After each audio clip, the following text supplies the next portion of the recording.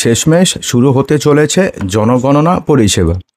এই জনগণনার মাধ্যমে কি হবে? এই জনগণনার মাধ্যমে টোটাল এখন দেখা হবে যে ভারতবর্ষের মোট জনসংখ্যা কত, তার মধ্যে কোন কাস্টের জনসংখ্যা কত রয়েছে, ছেলে কত রয়েছে, মেয়ে কত রয়েছে, অর্থাৎ টোটাল এই জিনিসটা দেখা হবে। শেষ জনগণনা হওয়ার প্রায় 16 বছর পরে ফের শুরু হচ্ছে জনগণনা। তো এই জনগণনার সময় আপনাকে কি কি প্রশ্ন করা হবে? মেইন 3টি প্রশ্ন, যে 3টি প্রশ্ন আপনাকে করা হবে এবং এই 3টি প্রশ্নের উত্তর কিন্তু আপনাকে দিতেই হবে। তাই চলুন আর সময় নষ্ট না করে আমরা বিস্তারিত জেনে নিই। তো বলা হয়েছে যে দীর্ঘ 16 বছর পরে ভারতে আবারও শুরু হতে চলছে দেশের জনগণনার কাজ, যা 2027 সালে সম্পূর্ণ হবে।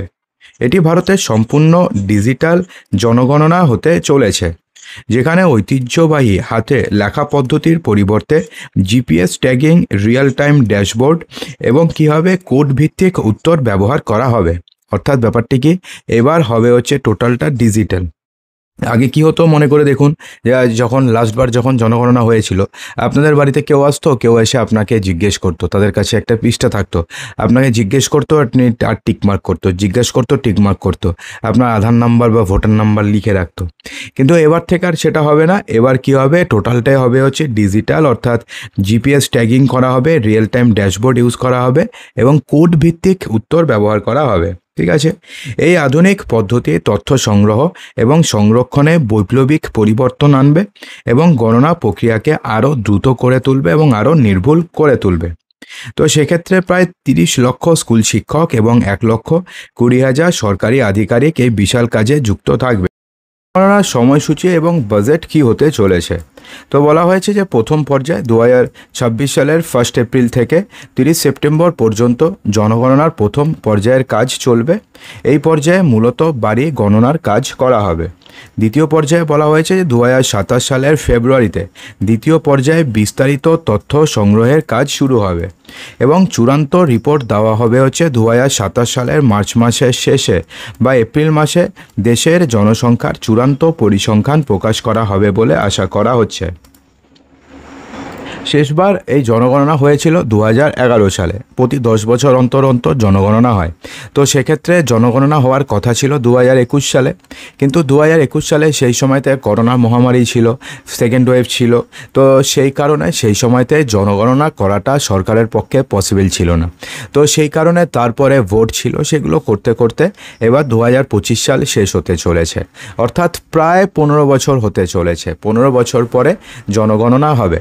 তো এবার জনগণনাতে বেশ কিছু প্রশ্ন রয়েছে, যেটা আগের জনগণনাতে করা হয়েছিল, সেই প্রশ্নগুলো এবারও করা হবে। সেই সঙ্গে বেশ কয়েকটি কোশ্চেন রয়েছে যেগুলো এবার নতুন করা হবে। তো সেক্ষেত্রে আগে প্রথমে যে বলে দিই যে পুরানো কী কী কোশ্চেন ছিল, কী কী কোশ্চেন করা হবে। ধরুন আপনাদের বাড়িতে বিডিও অফিস থেকে কোনো লোক আসলো বা বিএলও, মেনলি বিএলওরা আসে, এছাড়া অনেক লোক রিক্রুট করা হচ্ছে এই পুরো প্রসেসের জন্য, বা সরকারি প্রাইমারি স্কুলের টিচাররা আসলো, এসে আপনাকে মূলত জিজ্ঞেস করবে যে আপনাদের বাড়িতে লোকজন কতজন আছে। আপনি বললেন তার মধ্যে ছেলে কতজন রয়েছে, মেয়ে কতজন রয়েছে বললেন, তাদের Aadhaar card number, voter card number দিলেন। এবার প্রশ্ন করা হবে ধরুন যে তার মধ্যে কতজন রয়েছে যারা এখানে থাকে, কতজন রয়েছে যারা পরিযায়ী শ্রমিক। বললেন আপনাদের কাস্ট কি, কাস্ট বললেন। তারপর ধরুন বললো যে আপনাদের বর্তমানে ফ্যামিলির মান্থলি ইনকাম কত রয়েছে, সেটা বললেন। নিউবর্ন বেবি কতজন রয়েছে, কেউ প্রেগনেন্ট আছে নাকি, এই সমস্ত কিছু, প্রেগনেন্ট হলে কত মাসের প্রেগনেন্ট, এই সমস্ত কিছু আপনাদের কাছ থেকে জেনে নেবে। তার মানে কিন্তু এটার সাথে এনআরসি হবে, সিএ হবে, এটার সাথে কোনো লিঙ্ক নেই। কেননা জনগণনা আগেও হয়েছে, জনগণনা এবার হতে কিছুটা দেরি হচ্ছে করোনা মহামারীর কারণে, এবং সবার মধ্যে একটা এনআরসি সিএ একটা ভীতি রয়েছে। সেই কারণে জনগণনাটা এত বছর পিছিয়ে গেল। নর্মালি কিন্তু 10 বছর পর পর জনগণনা, এটা একটা ধারাবাহিক প্রক্রিয়া হতেই থাকে। নাহলে বর্তমানে ভারতবর্ষের জনসংখ্যা কত সেটাই তো খুঁজে পাওয়া যাবে না। তো সেই কারণে কোনো যদি স্কিম কেন্দ্র সরকার যদি আনে, তো সেই স্কিমে বেনিফিশিয়ারি কতজন রয়েছে তার কোনো এক্স্যাক্ট হিসাব নেই। যা হিসাব রয়েছে আজকের থেকে প্রায় 15 বছর আগের তথ্য রয়েছে। সো সেই তথ্য দিয়ে তো আর এখনকার বাজেট করা পসিবল নয়। তো সেই কারণে কিন্তু বাজেটও ঠিকঠাক হচ্ছে না। তো সেই কারণে কিন্তু এই যে টোটাল জনগণনা কিন্তু এই কারণে করা হয়। তো এবার জনগণনাতে বেশ কয়েকটি কোশ্চেন রয়েছে যেটা নতুন করা হবে।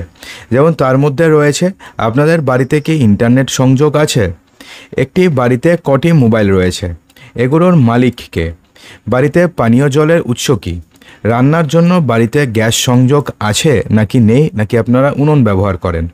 যদি থাকে তাহলে সেটা কোন ধরনের, এইচপি, ইন্ডিয়ান নাকি ভারত? একটি বাড়িতে কত ধরনের যানবাহন রয়েছে, অর্থাৎ বাইক রয়েছে, কার রয়েছে, কত ধরনের রয়েছে, এই বিষয়ে প্রশ্ন করা হতে পারে।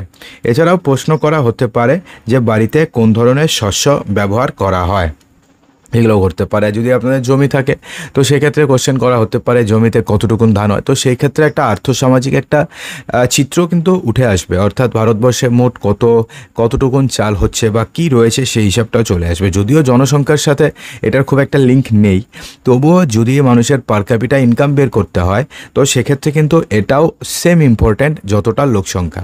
তো জনগণনাটা কিন্তু একটা ধারাবাহিক প্রক্রিয়া, সেটাকে কিন্তু অবশ্যই সেটাকে মেনে চলতে হয় বা সেই গণনাটা করতে হয়, না হলে একটা ওভারঅল একটা যে চিত্রটাই তো হয় না, যে কতজন লোক রয়েছে, কোন খাতে কতটুকুন খরচা করলে পরে সবার কাছে পৌঁছবে, সবাই বেনিফিশিয়াল হবে, তো সেগুলোই তো পৌঁছবে না, না? তো সেই কারণে জনগণনা করা হয়। এক্ষেত্রে আপনাদের ভয় পাওয়ার কিন্তু কোনো কারণ নেই। তো বন্ধুরা, আশা করব যে ভিডিওটিতে আপনাদের সমস্ত কিছু সঠিকভাবে বোঝাতে পেরেছি। যদি ভালো লেগে থাকে লাইক করবেন, শেয়ার করবেন, চ্যানেলটিকে সাবস্ক্রাইব অবশ্যই করবেন।